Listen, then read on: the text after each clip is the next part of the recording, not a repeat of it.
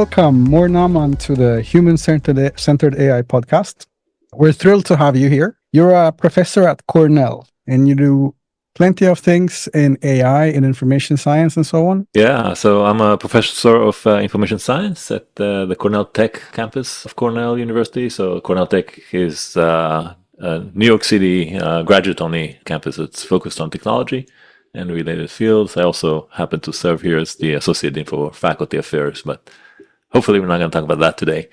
My research recently has indeed been around AI and what we call AI-mediated communication. It's a field like all the research projects that we have that we stumbled into, and maybe we'll have a chance to talk about how and over the years, but started looking at from 2018 or so, even before all these new LLMs came to life. Generally interested in the trustworthiness of our information environment and our information ecosystem. And that has been my research even before that, and kind of that's how we rolled into the AI stuff, looking at trust and trustworthiness, even though the umbrella has broadened since. I guess backing up, I'm originally a computer science PhD. I guess I don't say pre-AI, but pre what now we call AI. Obviously, we had the other AI framing back then. And so I got my computer science PhD, but my academic appointments were mostly in information science. So kind of transformed to look at more of the human and social aspects of the technology over the years. Yeah, that's pretty much it. All right. Thank you. So in this podcast, we talk about human-centered AI. And one of the things that I wanted to ask, just to start off, a couple of years ago, I saw you give a keynote at Rexis on AI-mediated communication. And I remember you started, you were talking for a few minutes, showing a few slides, and then you sort of took a break and said, like, everything you've heard so far was generated by AI, which was kind of interesting because it didn't really sound AI generated. It was really on topic. It was super relevant to the audience. And this is before ChatGPT, right? That was quite a big thing to see. Mm-hmm. And I also understood then that you had been working on this for quite some time. So in the last 2 years, how do you think AI-mediated communication has changed with all of these large language models and GPTs? Yeah, I guess the first thing that changed is that my little trick became cliche very quickly. I think it was 3 months after that they launched ChatGPT, and it was widely known and widely available. And it was surprising that at Rexis, I was able to memorably, I think, shock a bunch of computer scientists, right? People, with a lot of experience at tech and that did not consider these capabilities yet. I think some people that knew me were kind of looking at me weird when I started because they felt it wasn't my style. But others obviously had no way to know, and I found it really surprising. So I think one thing that has changed was, well, both the capabilities dramatically improved since my talk then, but obviously the awareness has improved, the integration into everyday product and services, of course, exponentially changed, where we now see it everywhere. I think back then we had the smart replies from Google, which were a great use case for kind of the similar kind of models that are used today, similar kind of applications as I see it from the AI-mediated communication point of view. And the models have improved a lot, right? So they're not only in text, but creating code and images and increasingly videos, or at least video segments that are expressive and realistic. On the other hand, what has not improved, I think the topic of this podcast of the human-centered aspects of these technologies. I think some of the things that we'll probably talk about today have not, I haven't seen them really advance. I've seen a lot of challenges then that some of them highlighted in my talk, some of them we looked at since, and I didn't see any progress addressing those questions and challenges. Definitely not in the products we see today in the market. A little bit in the research. I think more researchers are paying attention to this, but not so much that I heard in companies from my discussions with them.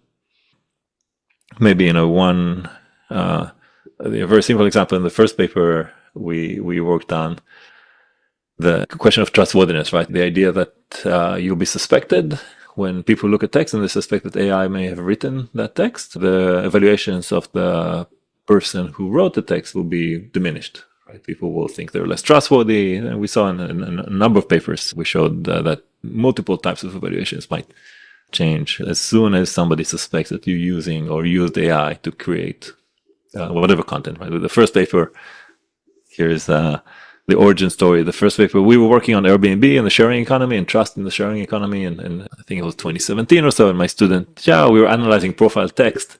And my student, Xiao, came into the room one day and said, what would change if AI wrote all this text for the people? And so we started looking at it. And I exactly asked that question, right? What happened to trust when people think AI may have been involved? Surprisingly, even in 2017 or 18, when we actually started executing it, people were ready to believe that AI is able to create the content. We completely faked it in the first couple of studies. We used human written profiles, and we just told evaluators that were written by AI or may have written by AI. But 1 year later, we already had the early GPT models, and we didn't have to fake it anymore. We could start doing it for real, and then you know where we are today. So is that when you started seeing like going from, oh yeah, it's not going to be possible to, okay, it's probably going to be possible? Like, was that when GPT-2, GPT-3 came? Yeah, GPT-2, I think it was the first one where we said, wow, this is going to be possible. And frankly, I still didn't expect, because GPT-2 was also a little clunky. There was a lot of repetition and a lot of awkwardness, and obviously not perfect. It's not perfect today, but it wasn't as sophisticated as it may be today. But the trajectory definitely started looking up. And it was clear that we landed at least on a research topic that may actually be reasonably useful. So I kind of got curious because you mentioned capabilities. And so how would you describe the capabilities that we have now, or that these exhibit? Well, that's an interesting question. I think what shocked me is not just the ability to use a common word from a famous paper to parrot a human activity, but actually to have creativity and some intelligence. That's also an open debate, right? But to show what those models are capable of in terms of creativity, in terms of creating new ideas, new thoughts, and new directions, and solve some problems, right? Not all human problems. I think that was the most surprising part to me. Yeah, making, spitting out text, not surprising, but the fact that, this simple task of, predicting the next word can create such a level of seeming intelligence, right? But also, novelty, right? And in a way that, can impact all of our, I'm sure you use it for research. I use it in research. Anything from asking it methodological questions, obviously verifying the responses, but, getting ideas from it. Or asking it to name the new phenomena we just found and get ideas back and iterating on them has been an amazing tool. Suspected. But so when you started working on AI-mediated communication, did you think that you would actually be communicating with the AI instead? So it's not longer, AI-mediated, it's communicating with the AI, right? Yeah, that's true, and I think that's a very interesting area. We actually, in our research, stayed focused on the idea of AI enabling communication between humans. I think it's important. I think there are huge, important issues that has to do with our communicating just with AI and what we can get from it, how we trust it. Emotional dependence has been in the news this week when we communicate with AI bots or AI agent or AI models. And I think this will increasingly be part of will have to be part of our lives as these agents become more and more realistic, both in appearance and in communication style, and personalities, and all the different adaptations that we can have for them. But we have stayed, I think the most interesting part has been how the use of these AI tools have impacted how we evaluate and will continue to impact how we evaluate each other. So it's not just text. We started with text and trustworthiness of text-based evaluations, but increasingly, though, these tools will be embedded, and not just LLM-based tools, any AI tools will be embedded in technologies that we use every day. So we started with a smart reply and 3 words in text, and we'll end up with Zoom, not doing it yet, but potentially integrating, accent shift to Zoom conversations. And not only they can shift my accent right now to sound, I don't know, less Israeli or more British or whatever accent the listener is accustomed to. These are technologies that are clearly within reach and will change how we evaluate each other, how we see each other in all walks of life. So we started, we stayed, not solely, but mostly focused on these questions that I think are super interesting. Do you have any answers to this? Like, so these technologies, we will get there, right? Do you have the solution for how that should be done in a human-centric way? Of course, and I will tell it to you right now on this podcast. I don't know. I think what's interesting, I do have maybe the questions. I think that at least in the context, again, for let's call it the human-centered AI-mediated communication. Is that too many words? And what is so it's worth thinking about, going back to LLMs, right? It's worth thinking about what were they optimized for, right? Predicting the next word. Maybe there's some reinforcement learning that teaches them to be a little more helpful or not to break the law, some things like that are kind of basic lines of protection. But essentially, they're meant to kind of ease and streamline human communication in most applications right now. And again, I'm talking again in the context of human-mediated communication, not me talking to AI or bot. So, Google in their smart reply, help your user respond to messages quickly and make it easier to reply to messages on devices with limited input. I mean, that's great, right? But that's sounds useful, but that's kind of a first level, individual level outcome, right? And suggests different kinds of individual level evaluations, right? Did I respond faster? But if you look at it in a more holistic, human-centered way, there are other outcomes that you might imagine optimizing for, and I don't think are taken into account. So, for example, eventual success of communication, right? So you and I are communicating, maybe more efficient, great, we can send messages faster, but do I end up trusting you more? Do I end up accepting your offer? Do I end up making a deal? Do we end up meeting in person, right? It could be in different contexts, right? It could mean different things. But, the feeling that you have that you leave a conversation is something else that you can think about, or it's harder, of course, to optimize for all of these. As I mentioned, trust, right? Or mutual liking, right? Can we optimize for that? Should we optimize for that? I mean, these are outcomes in communication that are not the success of the online community, right? If I go to an online community and give all of them AI, they'll all write their messages faster, but they're going to connect to each other better at the end. Is the community going to be able to sustain itself over time? I think it's probably not, right? But we don't know. These are definitely not things that those models are optimizing for. And that's just one such level, which we have actually done a lot of research. So I mentioned, right, we show that trust is reduced when AI is introduced. We show that when people use the conversation partners, when they use AI, I'm trying to see if I can get the findings quoted correctly. When the partner uses AI, the other person actually likes them more. But when the other person suspects, so this is without the other person knowing if the first one used AI. But when the second person suspects the first person used AI, they like them less. Right? So AI actually creates a smooth conversation. But when people say, wait, is this AI? It suddenly, dials back and the valuation actually drops. It's against the baseline of them writing themselves? It's complicated because I'll let you read the paper. I don't know if you post links after that. I can give you a set of papers. But it's complicated because it wasn't fully controlled. So we had some people write with AI, some people don't. But the evaluation of whether or not the suspicion was not controlled, right? That's sort of like opposed to uncanny valley. We've bridged it, right? And now it's like, yes. If you can figure it out, not based on the fact that it's performing poorly, if you figure it out based on it performing too well, you start getting suspicious. Huge conundrum, yes. And we have a paper. This is again with my student Maurice, former student Maurice, who's now in Germany, in Weimar University. we actually were interested in, so it's already know the people can't tell the difference between AI and human written text, and it's been shown multiple times in journalism, in poetry, in Shakespearean text, all kinds of settings that people cannot distinguish.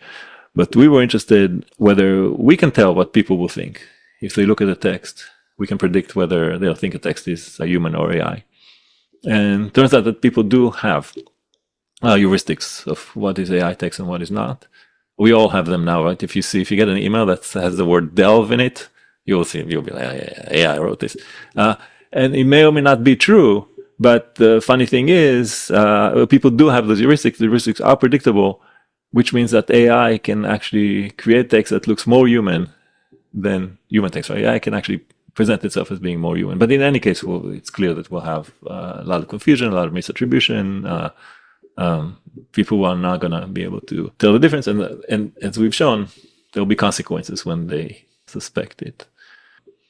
So we can come back to that and talk about the consequences. I think you wanted to talk about fairness. I think that rises there as well. But still, in optimizing outcomes, these are just like this. I would call these second-level outcomes, right, for communication partners. One can imagine even higher-level outcomes when you think about larger societal or community-based trends. So we can think about diversity of language or content or ideas being heard. In fact, I think there was a recent paper from the UK, I think, I forget the group where it came out, that shows that, if I quote it correctly, the creativity of AI generated or AI ideation was higher, but overall there was less creativity in the AI driven corpus, right? So and we can imagine that happening with language as well, right? So every one person may be writing more creative or differently than they have in the past, but overall, maybe our society will actually converge to be less creative. We don't know. We know that there is the opportunity of these models to shift the language that we use in different ways. So I don't know how it is in Europe, but in the US, starting with the smart replies, right, they were always overly positive, right? And Gmail, would you like to go to a movie today? I'd love to, and yes, that sounds great.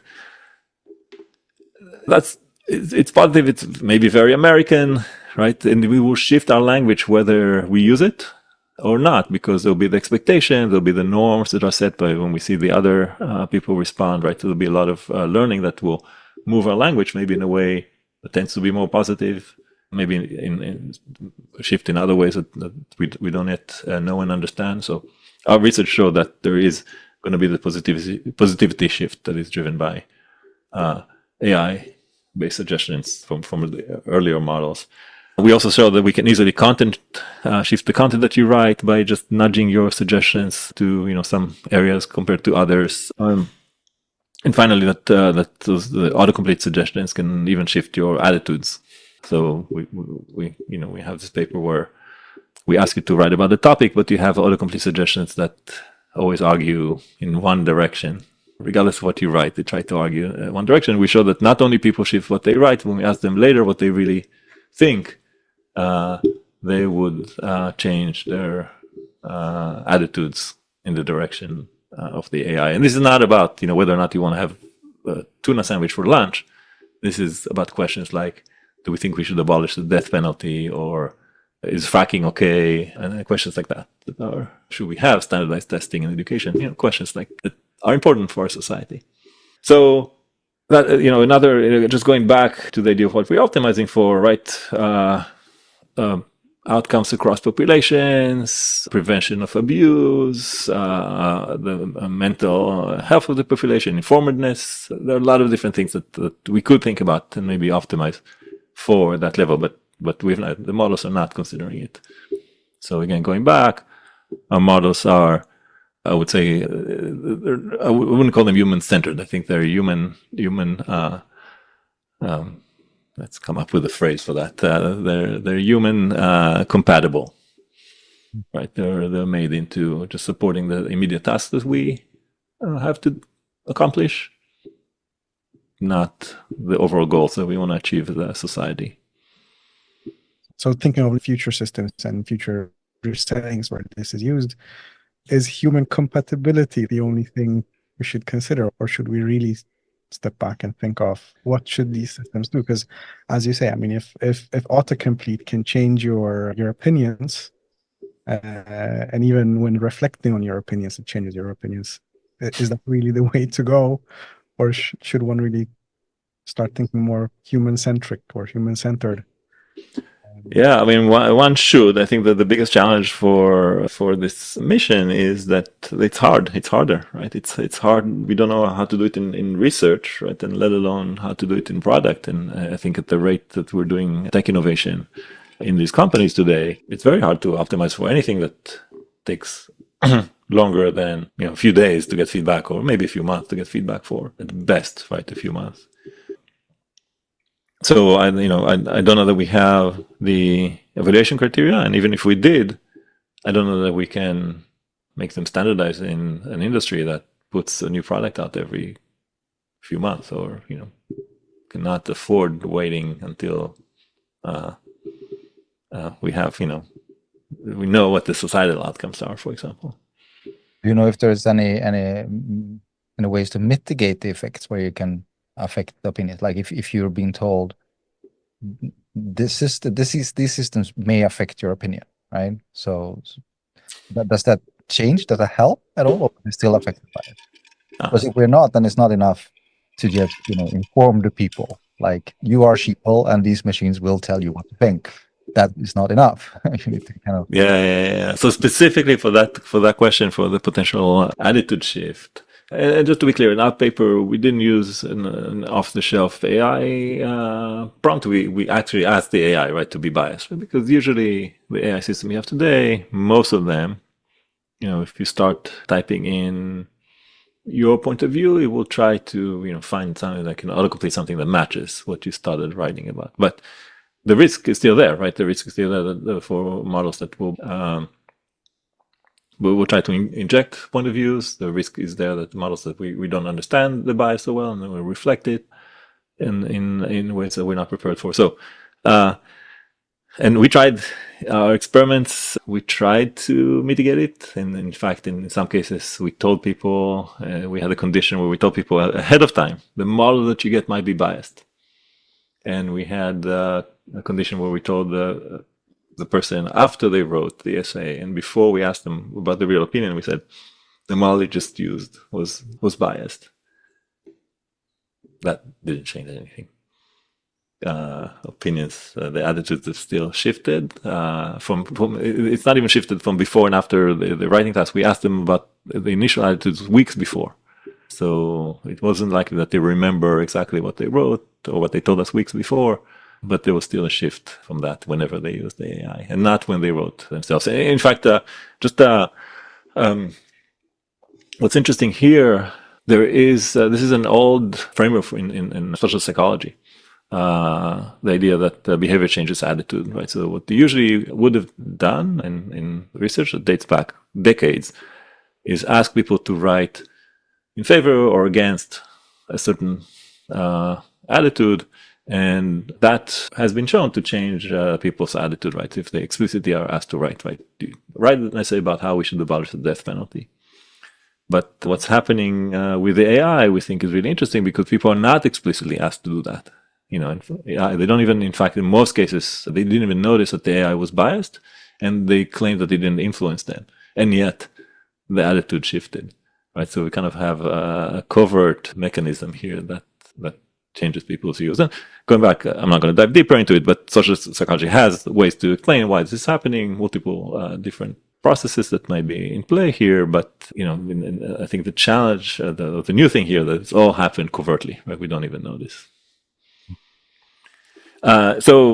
Should people think about these dangers and think about how to mitigate them? Yes. Do we know how to do it right now? And I don't think so. And should we abolish autocomplete? I don't think we should, but I think we should consider this very real effect, right? I'm not even talking about AI that's just generating biased text, for general media consumption, which happens in directed and undirected ways. These are things people who are not techie use, right? And they're not aware of these things. I work with machine learning AI, and I wouldn't really consider autocomplete as some biased AI, but of course it is, because it's going to infer some answer based on something. So this is quite tricky, and I guess the tools we have for this are fairness, transparency, and so on. But I don't know if fairness and transparency are enough. If that's the way to go to sort of mitigate this, or if there's anything else. Yeah, were they enough in recommender systems? Do you think we have advanced enough there? This is, I think an unsolved problem in a lot of areas where we have people, even experts, right? But definitely people who are not aware, not experts in technology, interact with it, don't understand what it's doing, don't understand the dangers. So definitely an instance of this. I want to just... we can talk about fairness in a second. I think really still interesting problem in the context of AI-mediated communication. But before that, about what people who create those systems and products or integrate them into products can or should do. I think it may not be in the AI itself, but it may be that we need to augment our technologies with other tools that will bring back our humanity, like other signals, right? So, famously, we have the no filter hashtag, right? That people add to their Instagram photos. And of course, they probably filter them in the Google Photos app first, but they may have at least. But it's a signal, right? The same signal of you can trust this is really me, or this is really what I saw, this is really human, right? The CAPTCHA is another one, right? ReCAPTCHA, right? So it's super annoying, everybody hates it, but there's some at least signal of humanity. We have lost, a lot of the signals that we used to have in communication, right? The signal of attention, I'm paying you attention, the signal of humanness, the trustworthiness, effort, right? So, Alan, if you asked me to review a paper, now, in 3 years ago, if I wrote, a careful, respectful response that said, I'm sorry, I'm not available, you'll be like, oh yeah, at least more, give me some attention. I really considered the request. Now you don't know, right? You're going to get a response that could have been generated by my AI, and I may have not even seen it, right? It may have been my classifier that just ended. So all those signals are lost. I don't think AI will bring them back, but products can bring them back in different ways. That's one way. I think that's kind of, sorry, this is not human-centered AI, but maybe a roundabout way to bring back our signals. But the point is to understand what are the outcomes, or what are the important metrics that we care about, the humans might care about, and try to control for that in some way. When you say it's the products, you mean like it's the design of whatever systems we build that uses these technologies, correct? Yep. Yeah. So, of course. Thank you for bringing the design angle. Of course, that's the design angle. So I just wanted to understand if we were talking about the same thing using different language. Yeah. No, absolutely. I think it's important for it to point out. I guess this is sort of in line with Ben Schneiderman's human-centered AI book, which is principles for systems that use AI to have them work with people, not create something that is unmanageable. Yeah. And I think that definitely overlaps with that principle. Yeah, I think the idea of fairness, accountability, transparency are my students are increasingly intrigued by them and how they play into AI-mediated communication, and I think they're also important to consider and think about. We have so far looked at it in a couple of ways. One is kind of using the Shelby 2023 paper about different harms of AI and how AI can cause harms to different populations in different ways. One framing is quality of service harms, where AI provides different quality of service to different population groups. And one example for that we looked at was how AI autocomplete can serve different people differently. So we started with gender, and research for many years that talked about whether the different styles in writing, that are more the male and the female writers might write in different ways. For example, it's been argued, at least, that men will write more assertive text, especially in work settings. And now you can think about what an AI system should do, right? If you're writing, if you are a woman, so should it suggest text that is more assertive but doesn't align with your tendencies, but may get you better outcomes? Or should it create text that is more aligned with the tendencies that you might have, but might cause, and might be more useful for you to write with, but might cause different outcome for your text? It's going to be a bit more of an issue when we go into those personalized models, right? So a personalized model that takes all the history of my Gmail and creates a text based on that. I don't know, maybe my writing sucks. Maybe I should not use my history. Maybe it's continue to put me in a worse position as a result. But on the other hand, if it starts suggesting language that I would never use, it's not going to be useful for me as well.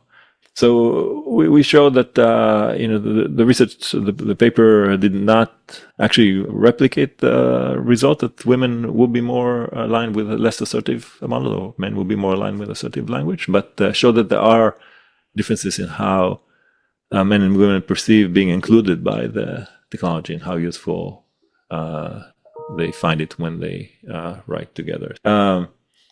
The other way we looked at it is how evaluations will change when we use AI. And going maybe back to the first paradigm, right, when we looked at trust and how people, the more they suspect AI, the less they will trust others. We were wondering if evaluations will change differently based on gender or race, for example. So if you get a wonderfully authored presentation at work from a new PhD student who is a woman, are you going to suspect that you used AI more readily than when you get such presentation from a man? It's possible, right? Because now we have some baseline evaluation. We have a lot of stereotypes, a lot of our existing tendencies, and AI, because it reduced that level of, it becomes an intermediate, right? So we are now free to inject our interpretations to these kinds of environment and do it differentially to different groups. So research, we're in the middle of that work right now. I think there's some evidence, or there's clear evidence that as soon as AI is suspected, the evaluation drops. We have some evidence that actually men are more readily suspected than women, because we think that's because people assume that they have better access to technology or more ready to cheat or whatever. We're not sure. But also some evidence that the evaluation might actually not change for men as much as it does for women when the use of AI is suspected.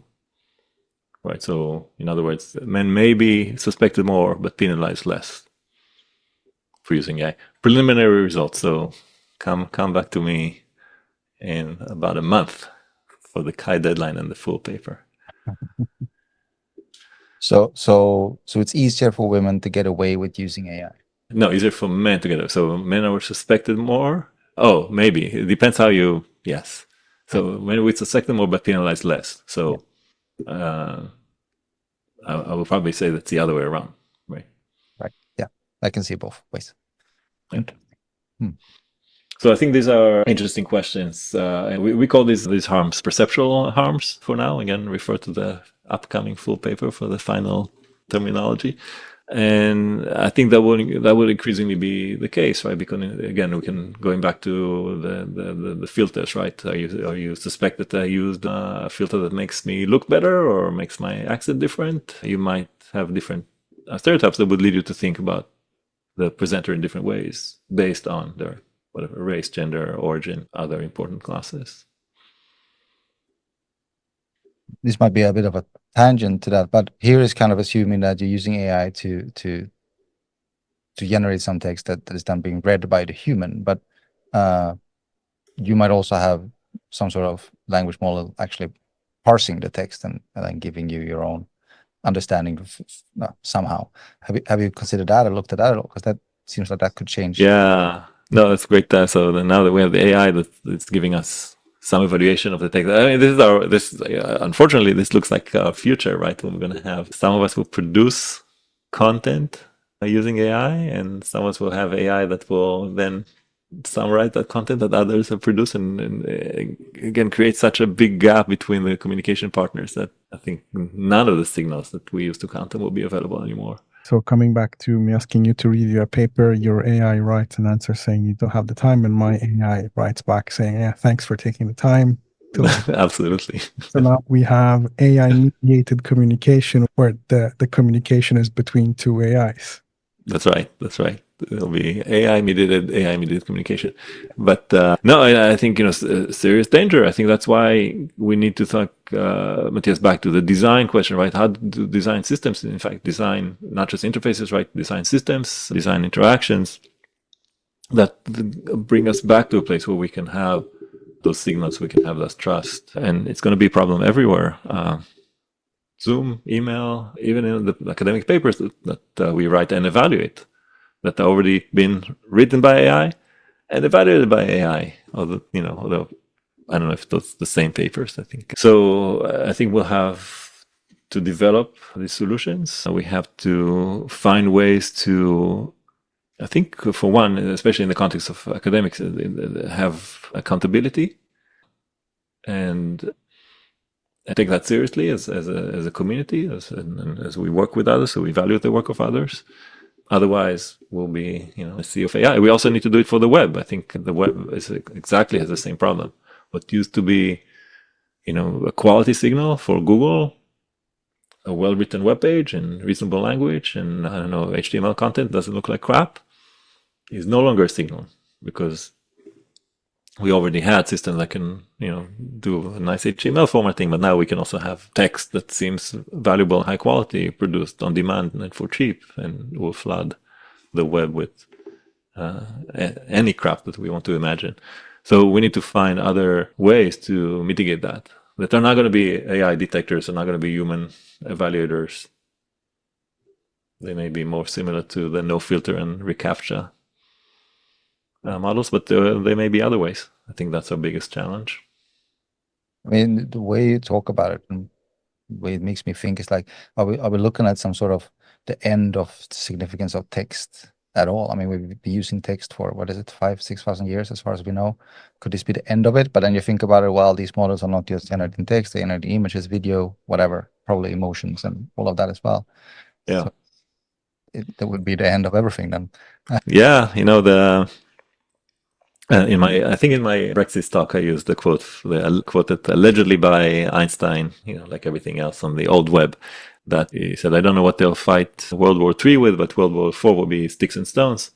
I think we may need to resort to face-to-face communication. That hopefully that will not go away, but anything else will be rendered at this pace is going to be rendered untrustworthy. We didn't even talk about deep fakes yet, or the political situation, or all that fun stuff that is also going to be impacted by AI. But I think we're going into a reality where we're going to have to contend in our day-to-day life with this level of interaction that's introduced by AI. It takes away a lot of our signals. So we might have to go back to word of mouth, where it's actually word of mouth, physical, present, co-present mouths talking. Yes. That's very interesting. Yeah. Next time I'll come by the studio. Yeah, I think you're gonna have to. We haven't talked to people we've been talking to, or what we've been talking to.